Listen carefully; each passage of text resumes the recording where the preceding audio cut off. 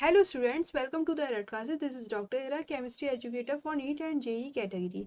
तो बच्चों, आज की वीडियो में मैं आपको PYQs कराऊंगी जो NEET 2025 में इम्पोर्टेंट हैं। तो NEET 2025 के एग्जाम में जो इम्पोर्टेंट PYQs है वो देखते हैं। आप इसको कर लेंगे तो आपको एक आइडिया लग जाएगा कि इस टाइप के क्वेश्चंस एग्जाम में आपसे पूछे जाते हैं। तो देखिए यहाँ पर क्वेश्चन नंबर 1 है, which of the following molecule has non zero dipole movement. तो यहाँ पर आपको बताना है नॉन जीरो डाइपोल मूवमेंट। ये नीट 2024 में आया हुआ क्वेश्चन है, रिसेंटली ईयर में ही आया है, लास्ट ईयर। अब देखिए यहाँ पर नॉन जीरो डाइपोल मूवमेंट के बारे में मैंने आपको क्या बताया था, आपको मॉलिक्यूल्स देखना है और लॉन पेयर जीरो होना चाहिए और साइड एटम सेम होना चाहिए। साइड एटम कैसे होना चाहिए, सेम। सेंट्रल एटम पर लॉन पेयर जीरो होगा, एक भी लॉन पेयर प्रेजेंट नहीं होगा और साइड एटम सब सेम होंगे। तो यहाँ पर mu is equal to zero होगा। अगर ये कंडीशन फॉलो नहीं हो रही, तो mu is not equal to zero.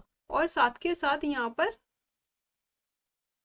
जैसे यहाँ पर XeF2 है, ये XeF4 है, उसका भी mu is equal to zero होगा, नॉन पोलर मॉलिक्यूल होंगे। और बाकी सब जितने भी हैं सब नॉन पोलर होंगे। अब यहाँ पर देखिए नॉन जीरो डाइपोल मूवमेंट कह रहा है, जीरो नहीं है, इसका मतलब कैसा होगा, पोलर होगा।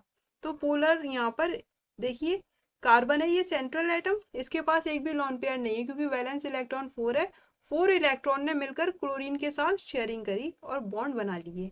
तो यहाँ पर साइड एटम सब सेम है, सब क्लोरीन है और लॉन पेयर एक भी नहीं है इस कार्बन पर। तो इसका म्यू क्या होगा, जीरो होगा, नॉन पोलर मॉलिक्यूल है। इसी तरह CO2 देखिए, CO2 देख लीजिए, इस कार्बन पर एक भी लॉन पेयर प्रेजेंट नहीं है। और यहाँ पर ऑक्सीजन, दोनों तरफ साइड एटम ऑक्सीजन है जो कि सेम है। तो यहाँ पर इसका भी म्यू क्या होगा, जीरो होगा। BF3 में भी एक भी लॉन पेयर नहीं है बोरॉन के पास और साइड एटम सब सेम है, इसका भी म्यू कैसा होगा, जीरो, नॉन पोलर है। बट ये जो HI है, इसमें इलेक्ट्रोनेगेटिविटी डिफरेंस है H और I के बीच में। आपको पता है इलेक्ट्रोनेगेटिविटी डिफरेंस होगा क्योंकि आयोडीन क्या है, हेलोजन है। तो यहाँ पर डाइपोल मूवमेंट का फॉर्मूले में Q इंटू डी आता है। तो Q क्या है, यहाँ पर चार्ज है। जितनी ज्यादा इलेक्ट्रोनेगेटिविटी डिफरेंस होगा मॉलिक्यूल के बीच में उतना ज्यादा चार्ज आएगा, और चार्ज आएगा तो वो नॉन पोलर मॉलिक्यूल होगा, उतना ज्यादा म्यू आएगा। तो non polar, sorry, polar molecule होगा ये। Mu is not equal to zero. तो यहाँ पर एक ही ऐसा है जिसका डाइपोल मूवमेंट नॉन जीरो आ रहा है, HI। ऑप्शन बी आपका करेक्ट आंसर है। नेक्स्ट क्वेश्चन देखिए, identify the incorrect statement about PCl5। PCl5 में हाइब्रिडाइजेशन क्या होता है, फास्फोरस है, फास्फोरस के साथ क्लोरीन अटैच है तो 5 सिग्मा बॉन्ड है, 5 सिग्मा बॉन्ड पर हाइब्रिडाइजेशन होगा sp3d। शॉर्ट ट्रिक बताइए मैंने आपको हाइब्रिडाइजेशन की, तो sp3 हाइब्रिडाइजेशन होता है। sp3 हाइब्रिडाइजेशन में जो इसकी ज्योमेट्री होगी वो क्या होगी, फास्फोरस बीच में होगा। और यहाँ पर ये क्लोरीन है, ये क्लोरीन है, ये क्लोरीन है, और यहाँ पर ऊपर की तरफ क्लोरीन होगी और नीचे की तरफ क्लोरीन है। तो इस तरह स्ट्रक्चर होगा। इस स्ट्रक्चर का नाम क्या है, ट्राइगोनल बाइपिरामिडल। पिरामिड बन रहे हैं ये ऊपर वाले क्लोरीन के साथ फास्फोरस का। तो यहाँ पर ये है। अब देखिए यहाँ पर इसके बीच का बॉन्ड क्या है, 120 डिग्री। क्लोरीन फास्फोरस क्लोरीन के बीच का बॉन्ड कितना है, 120 डिग्री। और यहाँ पर ये जो बॉन्ड है क्लोरीन फास्फोरस क्लोरीन, ये वाला जो बॉन्ड है, ये वाला, ये 90 डिग्री का है, स्ट्रेट है, ऐसे ये प्लेन में है और ये क्लोरीन ऐसे अटैच है। तो यहाँ पर ये 90 डिग्री का एंगल बन रहा है। तो दो तरह के एंगल बन रहे हैं। और यहाँ पर ये जो बॉन्ड है ऊपर वाला, ये लॉन्ग होता है और वीक होता है। ये क्या लॉन्ग होता है और वीक होता है। तो यहाँ पर दो टाइप के बॉन्ड है फास्फोरस और क्लोरीन का। ये वाला जो एक्सियल बॉन्ड है, ये एक्सियल बॉन्ड कहलाता है, ये लॉन्ग होता है और वीक होता है। और यहाँ पर ये जो बॉन्ड है, तीन बॉन्ड होते हैं, ये इक्वेटोरियल बॉन्ड कहलाते हैं, इक्वेटोरियल बॉन्ड। अब हम लोग देख लेते हैं कौन सा स्टेटमेंट जो है वो इनकरेक्ट है। ऑप्शन ए देखिए आप, PCl5 possesses two different Cl PCl bond angle. ठीक बात है, एक 90 डिग्री है, एक 120 डिग्री है, ये ठीक है। हमसे गलत पूछा है। ऑप्शन बी है all 5 PCl bond are identical in length. नहीं, एक्सियल वाले लंबे होते हैं और इक्वेटोरियल वाले छोटे होते हैं, तो यहाँ पर ये इनकरेक्ट है। सी और डी भी पढ़ कर देख लेते हैं। PCl5 एग्जिबिट sp3 हाइब्रिडाइजेशन, सही बात है। PCl5 consist of 5 PCl sigma bond, ठीक बात है, सब सिंगल बॉन्ड से अटैच है, सिग्मा बॉन्ड होते हैं, सिंगल बॉन्ड, ये सब सिग्मा बॉन्ड है। तो आपका ऑप्शन जो है वो बी है, करेक्ट ऑप्शन है। नेक्स्ट क्वेश्चन देखिए, match the list first with list second. यहाँ पर मॉलिक्यूल दिए हैं और बॉन्ड एंथैल्पी दिए हैं। तो यहाँ पर देखिए H2 है, हाइड्रोजन के बीच में सिंगल बॉन्ड होता है, हाइड्रोजन हाइड्रोजन के बीच में क्या है, सिंगल बॉन्ड है। नाइट्रोजन और नाइट्रोजन के बीच में 3 बॉन्ड है। ऑक्सीजन ऑक्सीजन के बीच में 2 बॉन्ड है। क्लियर हो गया। अब यहाँ पर देखिए N2H2O2 है, तो सिंगल बॉन्ड को ब्रेक करना इजी है, किससे, डबल बॉन्ड से।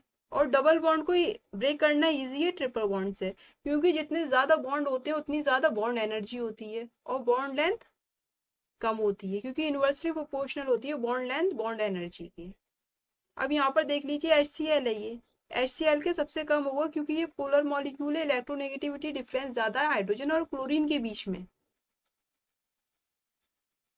क्लियर हो गया। तो यहाँ पर ये क्या है, पोलर है, तो ये जल्दी ब्रेक होगा, तो वैसे भी जल्दी ब्रेक होगा इलेक्ट्रोनेगेटिविटी डिफरेंस की वजह से।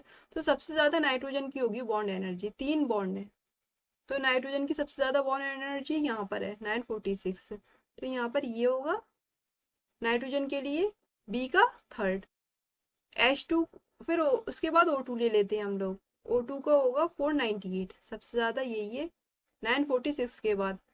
H2 का देखिए यहाँ पर H2 का है ये, और सबसे कम HCl का आएगा 431। तो ये ऑर्डर होगा।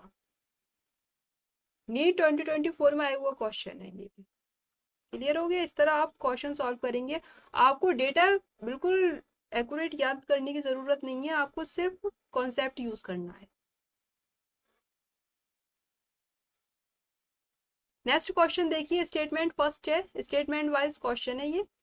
स्टेटमेंट फर्स्ट क्या कह रहा है, the boiling point of hydride of group 16 element follow the order H2O H2TE H2SE H2S। ये ऑर्डर ठीक है, बिल्कुल ठीक है।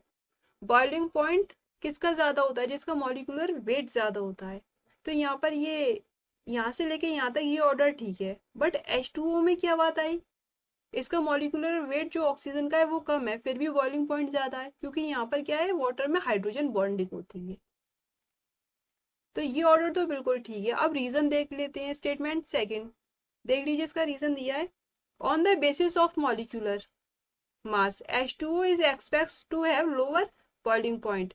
H2O ऑक्सीजन का मॉलिक्यूलर वेट लो है, तो ऐसे एक्सपेक्ट कर रहे थे कि इसका बॉइलिंग पॉइंट कम होगा, लेकिन क्यों कम नहीं है than the other member of the group, but due to presence of extensive hydrogen bonding in H2O it has higher boiling point. Hydrogen bonding ने H2O की बॉइलिंग पॉइंट इंक्रीज कर दिया। क्लियर हो गया। फोर्स होता है हाइड्रोजन बॉन्डिंग, इसकी वजह से बॉइलिंग पॉइंट ज्यादा हो गया H2O का।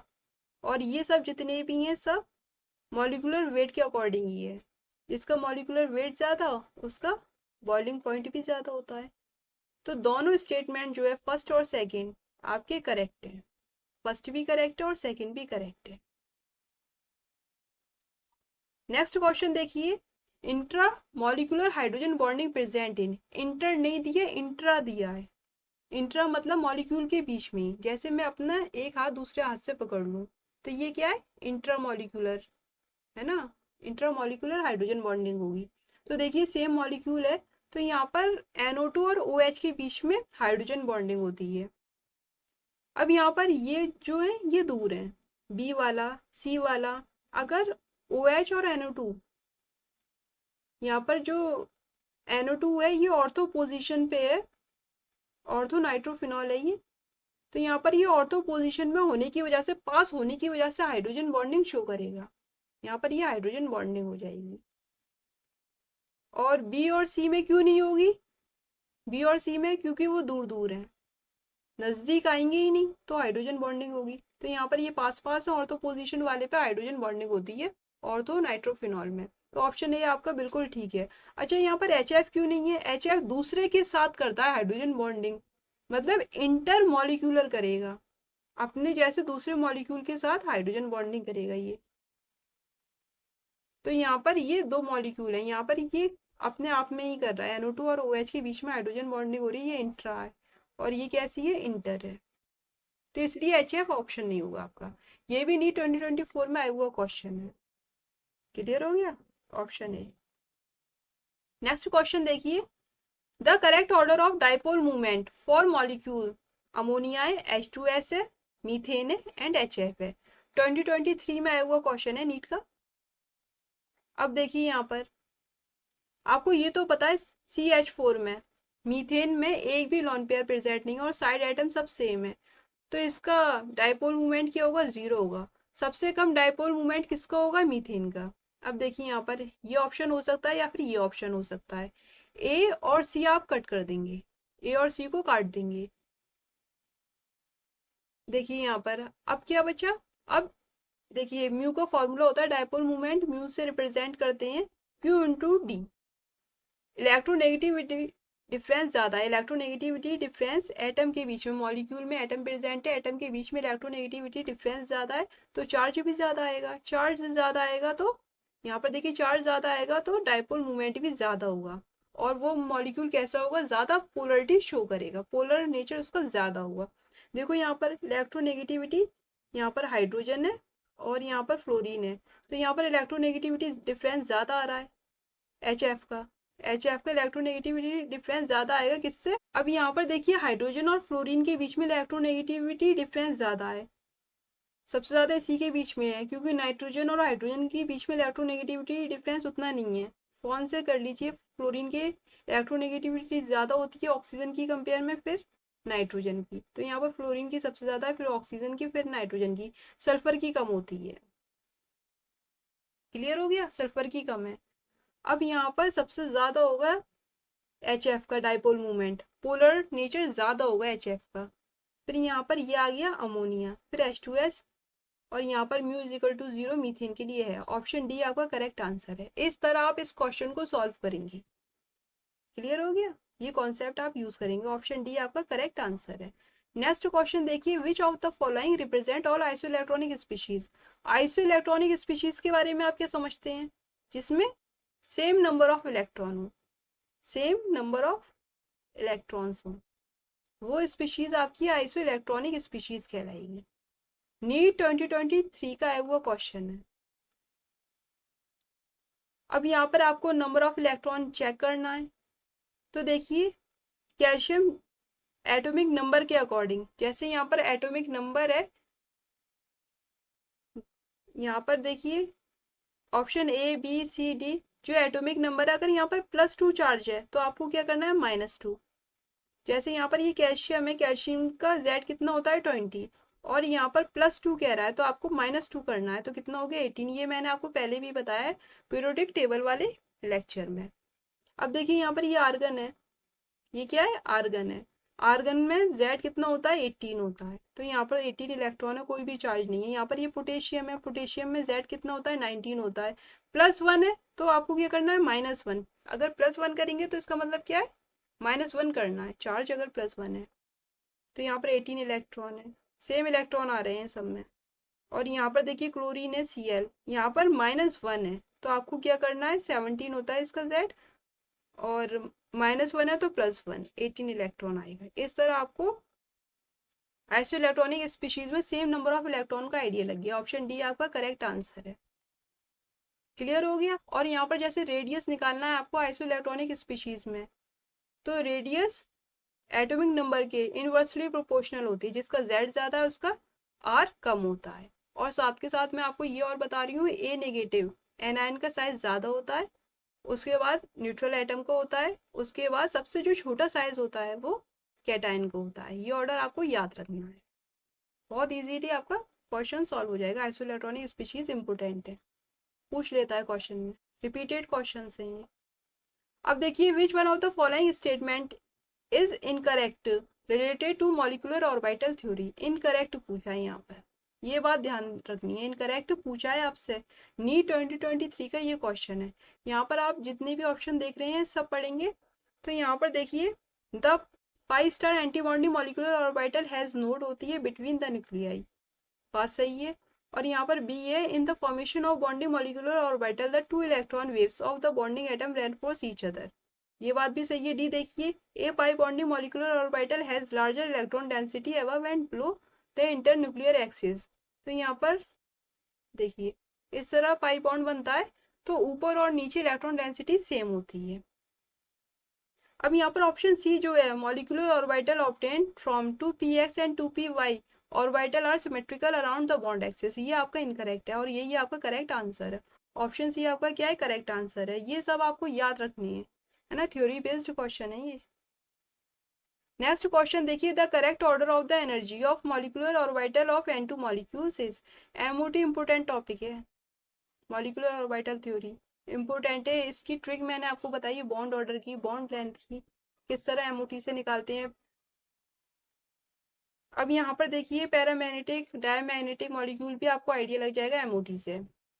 अब यहाँ पर आपको N2 के लिए देखना है, N2 मॉलिक्यूल के लिए नीट 2023 में आई हुआ क्वेश्चन है ये भी। N2 मॉलिक्यूल के लिए देखिए यहाँ पर, जैसे यहाँ पर मैं आपको शॉर्टकट बता रही हूँ, बी ए बाबा, फिर उसके बाद बी बी बी, ए, तो यहाँ पर ये जो है ये सिग्मा है, सिग्मा ऑर्बिटल है। और यहाँ पर देखिए बी आ रहा है यहाँ पर, तो ये N2 तक, अप टू N2, ये फॉर्मूला आपको यूज करना है, अप टू N2। बी बीच में आ रहा है ना, बाबा के बाद डायरेक्ट बी आ रहा है। और N2 के बाद जैसे O2 है, F2 है, तो आपको क्या क्या करना है, बी ए, यहाँ पर बी आएगा, बी ए, यहाँ पर ये ऐसे ही रहेगा। चेंज कहाँ पर आया है, ये बी आगे आ गया है, तो यहाँ पर देखिए ये आगे आ गया है और बी भी वैसे ही रहा है। तो यहाँ पर ये O2 के लिए N2 के बाद, N2 तक आपको ये वाला फॉर्मूला यूज करना है, N2 के बाद O2 F2 में ये वाला फॉर्मूला आपको यूज करना है। क्लियर हो गया, ये शॉर्ट ट्रिक है।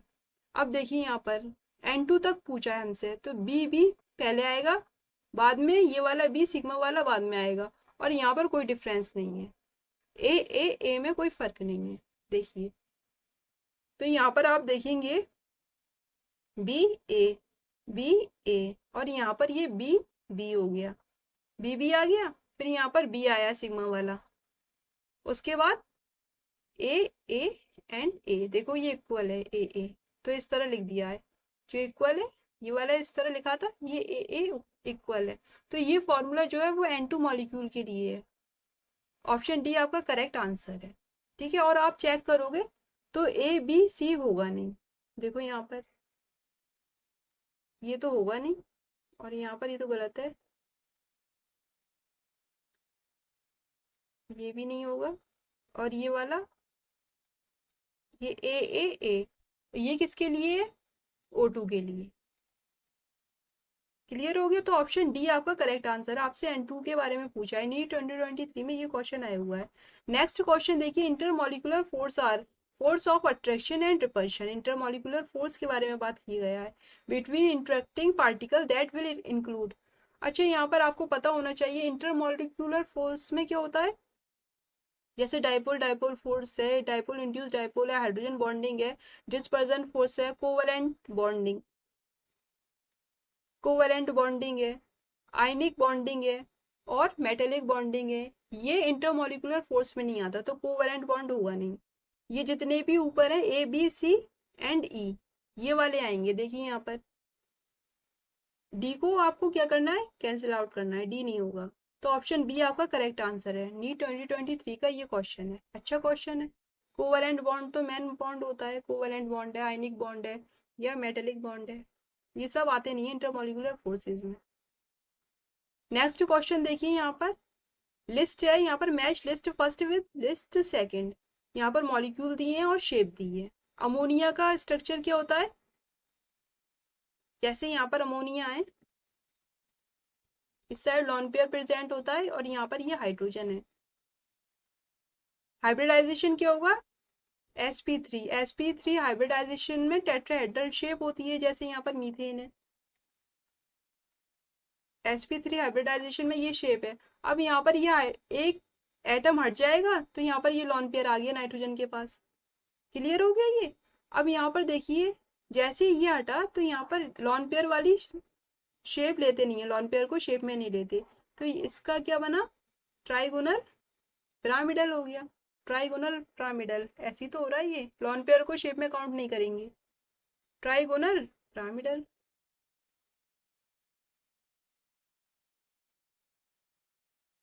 देखो ट्राइगोनल पिरामिडल आ रहा है ये। वो मीथेन वाला टेट्राहेड्रल था, लेकिन हाइब्रिडाइजेशन दोनों का सेम था, ज्योमेट्री दोनों की सेम है, शेप में फर्क आएगा लॉन पेयर की वजह से। अमोनिया का थर्ड हो गया। PCl5 अभी हम कर आ रहे हैं, क्या था, ट्राइगोनल बाई पिरामिडल।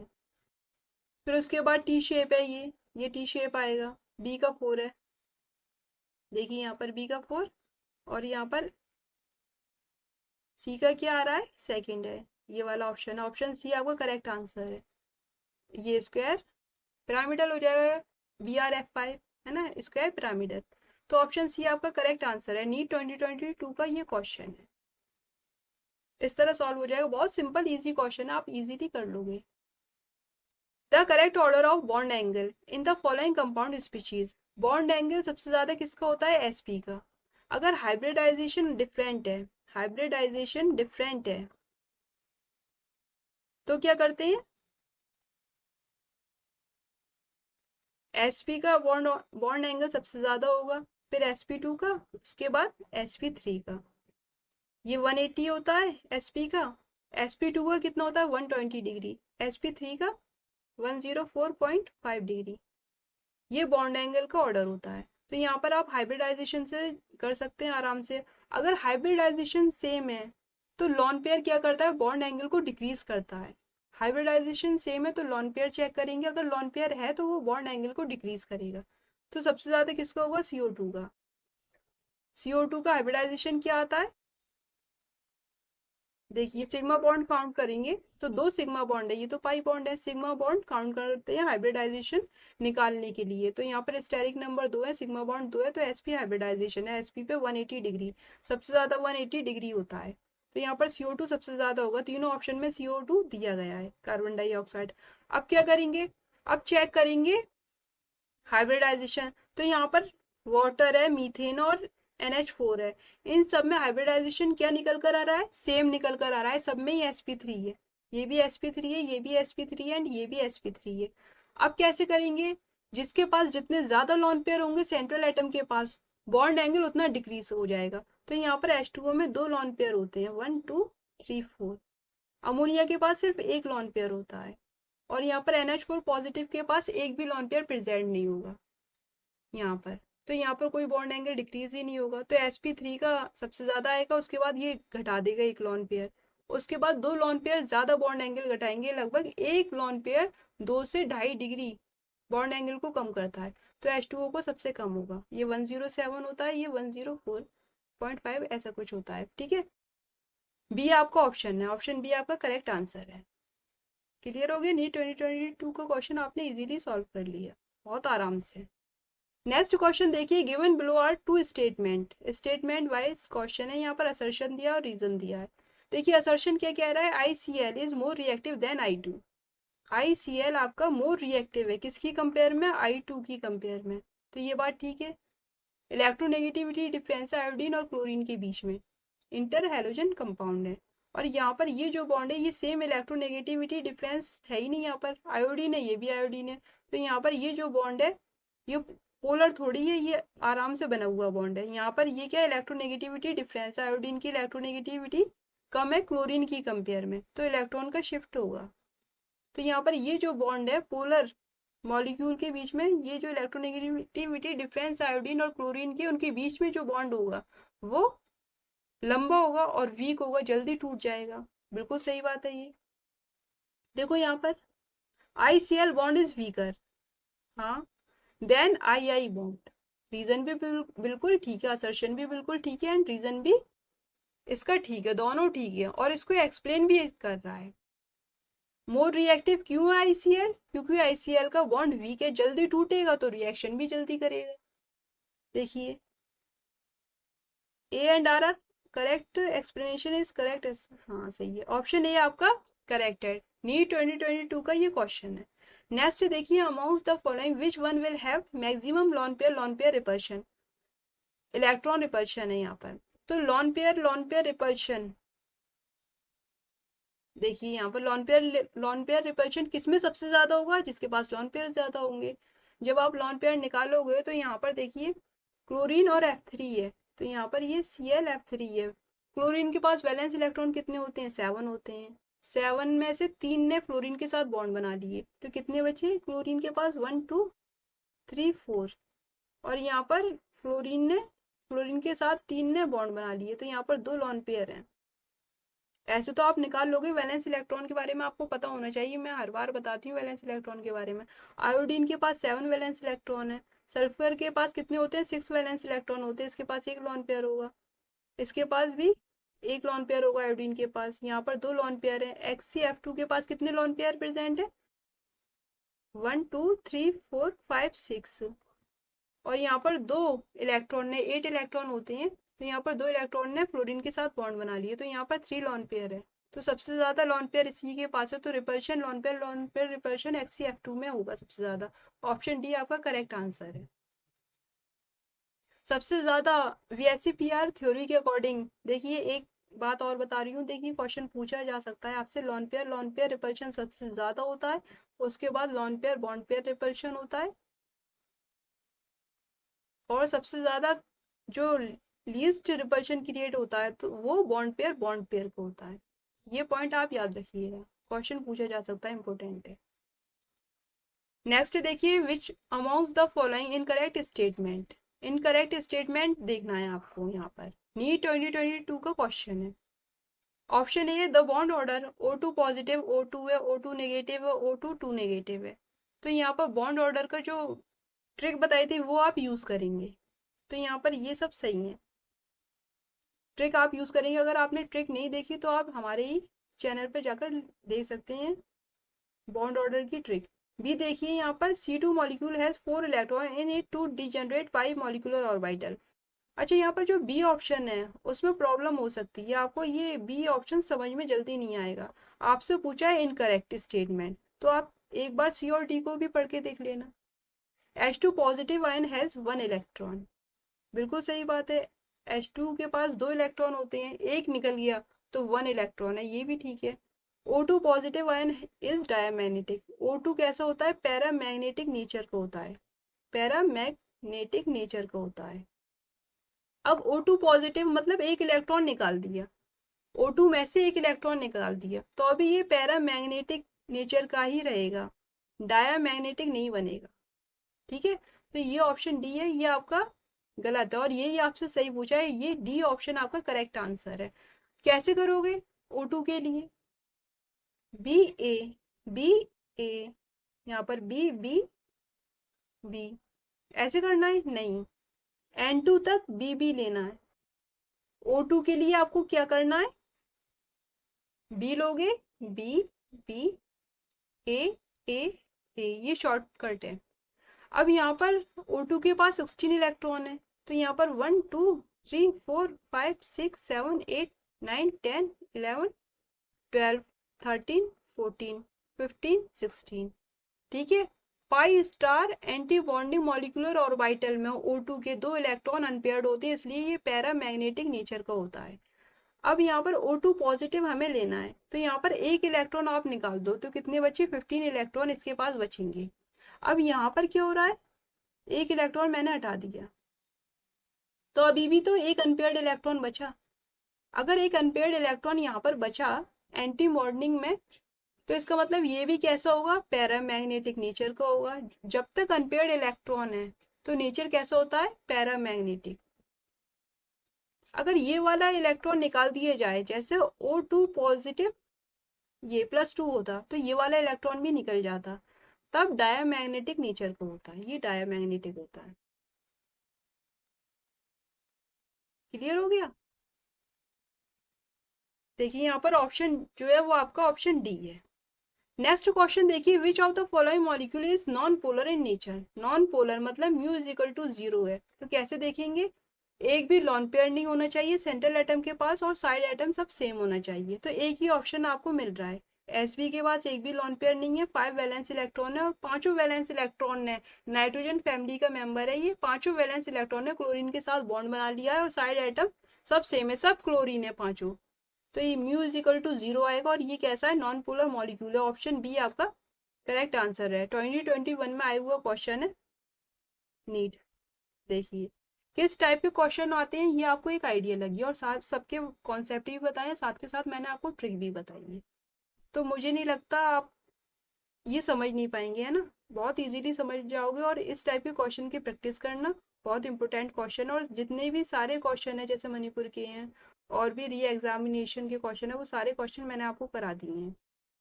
क्लियर, इसी टाइप के क्वेश्चन आपको एग्जाम में पूछे जाएगा, कोई बहुत रॉकेट साइंस नहीं पूछा जाएगा, कोई बहुत टफ क्वेश्चन नहीं आएगा, है ना, तो इसी टाइप का क्वेश्चन होगा। तो अगर आपको ये लेक्चर अच्छा लगा है तो आप अपने फ्रेंड के साथ शेयर करो, लाइक करो, ओके, और चैनल को सब्सक्राइब ज़रूर कर लेना। अलर्ट क्लासेस ये हमारा चैनल है, एंड थैंक्स फॉर वॉचिंग।